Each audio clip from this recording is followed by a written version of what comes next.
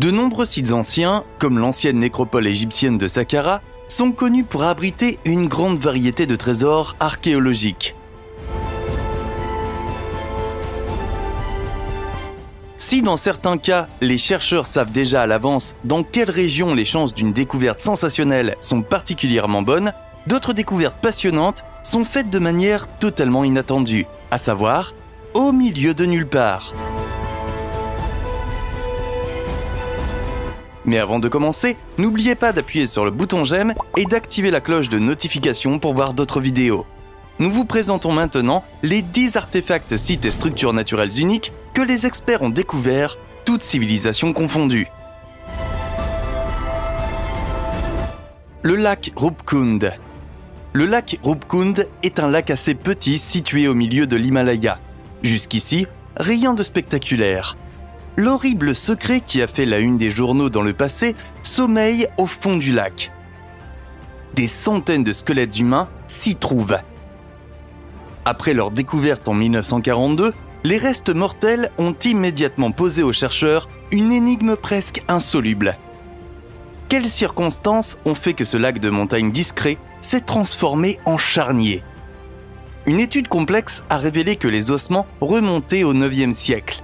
Les experts ont fini par croire qu'ils avaient trouvé la véritable origine de cette horrible découverte. En conséquence, les victimes ultérieures ont été surprises par une tempête de grêle extrême, au cours de laquelle d'innombrables objets de la taille d'une balle de tennis sont tombés du ciel. Le problème? Des analyses ultérieures ont révélé que certains des squelettes dataient du XXe siècle.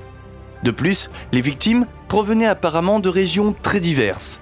2 événements dévastateurs ont dû se produire à environ 1000 ans d'intervalle, tuant d'innombrables personnes au même endroit. Ce qui est particulièrement intéressant, c'est qu'elles ont toutes été trouvées pratiquement au même endroit. Cela a conduit certains à penser que les personnes qui vivaient autrefois ici devaient connaître le premier charnier avant de commencer à travailler sur le second. Cependant, au cours des années qui ont suivi, les informations concernant l'une ou l'autre de ces 2 tombes ont été perdues pour l'histoire. Les chercheurs espèrent qu'ils seront bientôt en mesure de découvrir plus d'informations sur ces tombes, mais pour l'instant, elles restent inexpliquées et non résolues. Wash Woods. Nous ne savons toujours pas quel est le véritable contexte de la colonie de Wash Woods, dans l'État américain de Virginie. Selon une vieille légende, un grave naufrage s'est produit un jour au large de la côte, et quelques survivants ont réussi à se sauver sur la terre ferme. Ils ont alors décidé de rester sur la partie inhabitée de la plage et d'y construire la colonie de Wash Woods. En fait, on dit que de nombreux bâtiments ont été construits avec les débris du bateau qui s'est écrasé.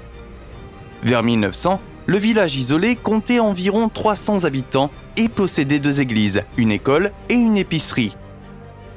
Cependant, des tempêtes extrêmes ont continué à frapper la région, provoquant plusieurs inondations à Wash Woods. Finalement, les habitants ont cédé aux forces de la nature et ont tourné le dos à leur établissement spécialement fondé. De mystérieuses boules de pierre. Des centaines de boules de pierre, de la taille d'une balle de tennis, ont été découvertes dans différents pays. Ces objets, vieux de plusieurs milliers d'années, sont particulièrement fascinants en raison de leur finition presque parfaite. Ce qui est particulièrement frappant, c'est que la production de ces artefacts semble avoir été une pratique répandue à l'époque. Les structures correspondantes ont été retrouvées non seulement dans des sites néolithiques d'Angleterre, d'Écosse et d'Irlande, mais aussi en Norvège.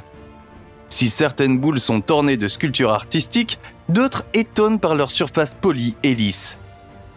Par le passé, de nombreux chercheurs ont soupçonné que ces boules étaient utilisées comme projectiles et qu'elles étaient tirées sur les ennemis à l'aide de frondes. Aujourd'hui, les experts pensent que les boules de pierre étaient avant tout des symboles de statues artistiques qui reflétaient la position particulière de leur propriétaire. Comme nous le savons tous, le polissage d'une telle pierre aurait été incroyablement difficile à l'époque. Après tout, les outils de polissage étaient loin d'être aussi courants qu'aujourd'hui. En fait, de nos jours, la plupart d'entre nous n'ont probablement pas les outils nécessaires pour accomplir une telle tâche. Faire quelque chose comme cela il y a tant d'années aurait été remarquablement coûteux. C'est pourquoi la plupart des chercheurs pensent que les boules étaient plus un symbole de statut qu'autre chose. il est peu probable que des armées aient passé autant de temps et dépensé autant d'argent pour décorer des balles qui servaient simplement à détruire les forces ennemies. Ksar. Un ksar est un établissement rural berbère qui s'étend sur les sables chauds du désert, au milieu de nulle part. Dans le détail, ces structures uniques, généralement faites de pierre ou d'argile, sont situées au Maghreb. Cette zone comprend différents territoires en Tunisie, en Algérie, au Maroc, en Mauritanie et en Libye. Dans le passé, les ksours, le pluriel de ksar, servaient principalement de camps militaires. Puis, ces établissements uniques du désert ont été utilisés comme retraite plus sûre ou comme entrepôt. Aujourd'hui cependant, les sites restent largement inutilisés. Outre la modernisation des conditions de vie, cela s'explique notamment par le fait que de plus en plus d'habitants de la région quittent les zones rurales pour s'installer en ville. Pour les fans de science-fiction, si certaines images vous semblent familières, ce n'est pas une coïncidence. De nombreuses scènes de Star Wars épisode 1 ont été tournées dans des ksours tunisiens. Ici, les vénérables bâtiments berbères ont servi de toile de fond à la planète désertique de Tatooine. Art rupestre antique. Dans les années 1980, l'archéologue canadien Ernie Walker a trouvé des ossements anciens et des objets du quotidien sur le site de Néo-Asignac. Le chercheur se doutait-il déjà à ce moment-là que le site de fouilles situé près de la ville de Saskatoon cachait des découvertes encore plus mystérieuses. L'archéologue a poursuivi sa passionnante quête d'indices dans les années qui ont suivi et a finalement été récompensé de ses efforts. Selon ces informations, à Néo-Asignac, Ernie a trouvé entre autres une pierre pesant plus de 200 kg qui ressemblait à une côte. Un autre bloc rocheux, qui pesait 340 kg, était décoré de motifs en forme de treillis. La plus grande des 4 vénérables œuvres d'art en pierre pesait même près de 550 kg. On pense que ces objets uniques ont été fabriqués plusieurs siècles avant l'arrivée des Européens en Amérique. L'archéologue devait d'ailleurs recevoir une aide surprenante pour sa découverte sensationnelle. C'est un troupeau de bisons qui s'est déplacé sur le site retrouvé plus tard. Ils ont brisé la terre et ont ainsi exposé la pointe de l'un des blocs rocheux. La pierre mystérieuse de Los Lunas. Nous sommes en 1933, lorsque l'archéologue Frank Ibben fait une découverte des plus insolites dans une région reculée. En détail, le chercheur est tombé sur un bloc rocheux massif près de la paisible ville de Los Lunas, dans l'État américain du Nouveau-Mexique, qui était décoré de symboles énigmatiques. Pour l'expert, il a été immédiatement clair que l'inscription était ancienne et donc authentique. En même temps, il y voyait la confirmation d'une thèse remarquable. L'hypothèse selon laquelle la région en question était régulièrement visitée par des colons non indigènes dès la période précolombienne. Cependant, Ibben était également connu parmi ses pairs pour avoir falsifié certaines de ses découvertes archéologiques afin de les rendre conformes à ses théories. Comme la pierre mystérieuse de Los Lunas pèse plus de 80 tonnes, elle n'a jamais été déplacée de son emplacement, ni soumise à un examen spécial en laboratoire. Croyant faire quelque chose de bien pour cet artefact supposé ancien, de nombreux profanes ont nettoyé les inscriptions de la pierre lors de leur visite. Ce qui est fatal, c'est qu'ils ont probablement rendu impossible l'examen scientifique de la patine, c'est-à-dire de la fine couche d'altération de la surface. Uluru. L'Inselberg Uluru, qui domine de 350 mètres son environnement dans le désert central australien, est l'un des plus importants sites naturels aborigènes. Pour les géologues cependant, ce massif de 3 km de long et 2 km de large présente un tout autre attrait. Son histoire unique dans la région. L'Inselberg s'est ainsi formé sur une période de plusieurs centaines de millions d'années et est le résultat de divers dépôts qui étaient autrefois recouverts par la mer. De nombreuses personnes qui ont ramené un souvenir naturel de leur visite à Uluru se sont plaintes du sentiment inexplicable d'être suivies par la malchance. L'incroyable s'est alors produit. Après avoir ramené les pierres volées sur l'île Montagne Mystique, leur malchance se serait dissipée. Pensez-vous que ces malédictions soient liées aux esprits spirituels qui, selon les aborigènes, habitent à Uluru ? Des histoires comme celle-ci se sont produites à maintes reprises. En fait, certaines personnes ont écrit des lettres sur leur visite à Uluru, révélant toutes les choses étranges et presque incroyables qui leur sont arrivées après avoir pris un artefact naturel dans la région. Certaines personnes ont fait état de difficultés financières ou de la perte de la vie d'êtres chers après avoir volé dans la région. Cependant, comme mentionné il y a un instant, dans presque tous les cas, la malédiction a été levée dès que les objets ont été rapportés. Personne ne semble savoir pourquoi cela se produit, mais c'est devenu un problème si répandu que beaucoup de gens ont commencé à y croire, même ceux qui ne croient pas fermement au paranormal. L'œil du Sahara. À l'ouest du Sahara se trouve une puissante structure qui a toujours donné lieu aux spéculations les plus folles.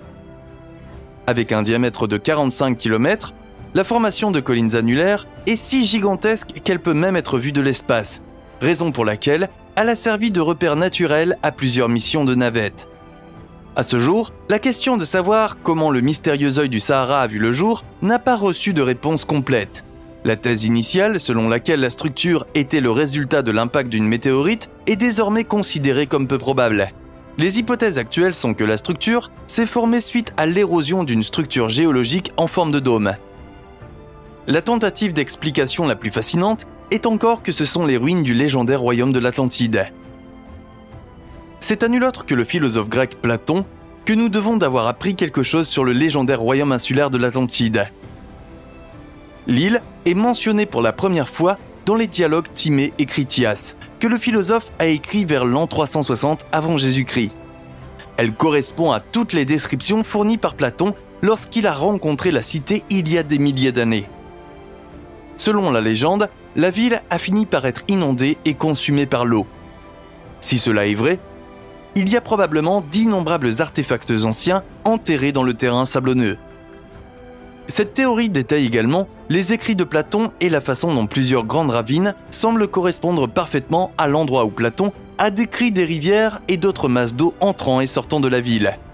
Platon a également affirmé qu'il y aurait eu des masses d'eau salée et d'eau douce dans la région, ce qui semble avoir été vrai également. Cette théorie a été débattue par de nombreux chercheurs historiques classiques comme Graham Hancock. Cependant, personne n'a été en mesure de réfuter complètement cette théorie. Selon toute vraisemblance, l'œil du Sahara pourrait bien être le lieu de repos de milliers de personnes qui ont péri dans le déluge qui a emporté la cité perdue de l'Atlantide. Si une telle cité a vraiment existé il y a tant d'années. Python de Katski. On dit que ceux qui veulent être particulièrement proches de Dieu doivent rechercher la solitude. Si cela est vrai, les résidents du monastère du Python de Katski devraient avoir un lien particulièrement étroit avec le Seigneur. En fait, le monolithe correspondant est situé au sommet d'une falaise calcaire isolée, haute d'environ 40 mètres, en Géorgie. Une chapelle et un bâtiment résidentiel ont été érigés sur le plateau sommital, qui ne mesure que 10 mètres sur 15. On pense que le monastère a été créé dès le Xe siècle. Aujourd'hui, le site abrite un moine ermite, qui descend une échelle du pilier 2 fois par semaine pour tenir un office. Les provisions nécessaires sont commodément transportées de sa roulotte au sommet de la colonne par un treuil à câble. En tout cas, il ne quitte jamais cet endroit et n'a pas l'intention de le quitter à l'avenir. Le garçon d'El Plomo. Nous sommes le 1er février 1954, lorsque des pillards pénètrent dans un ancien site inca situé au sommet du massif d'El Plomo, à 5400 mètres d'altitude. Cependant, les pilleurs dans les montagnes glacées ne sont pas tombés sur de précieux trésors du passé, mais sur le cadavre en pergélisol d'un garçon inca de 8 ans. Bien que l'enfant soit mort vers l'an 1500, son corps était encore en très bon état grâce aux conditions climatiques glaciales de la montagne. Le garçon n'a pas été victime d'un accident à l'époque, mais est mort dans le cadre d'un rituel sacré. En effet, dans l'ancienne mythologie inca, les montagnes représentaient des divinités indépendantes auxquelles il fallait de temps en temps faire des sacrifices. Un an avant la cérémonie proprement dite, le garçon s'est vu servir des repas spéciaux pour prendre du poids. Arrivé au sommet de la montagne, l'enfant était à son tour intoxiqué par l'alcool et d'autres drogues. Le garçon Del Plomo s'est assis dans le trou préparé que les prêtres ont fermé avec une lourde pierre et recouvert de terre. L'enfant est finalement mort d'hypothermie et de manque d'oxygène. À votre tour maintenant, laquelle des découvertes présentées vous a le plus passionné? Nous nous réjouissons déjà de vos commentaires. Mettez un pouce bleu à notre vidéo et abonnez-vous à notre chaîne pour rester à jour. Merci d'avoir suivi cette vidéo. Passez une bonne soirée et à la prochaine.